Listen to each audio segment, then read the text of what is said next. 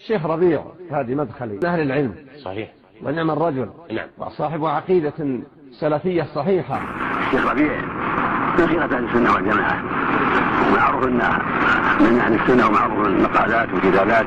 أقول أن هذه الأوائل والجرح والتعديل وهو في العصر الحاضر وبحق هو أخونا الدكتور الربيع، والذين يردون عليه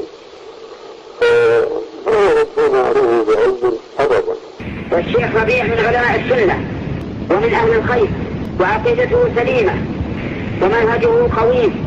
الشيخ ربيع حفظه الله تعالى عرفته بمدينة رسول الله صلى الله عليه وعلى آله وسلم شيخا من أكابر علماء الحديث.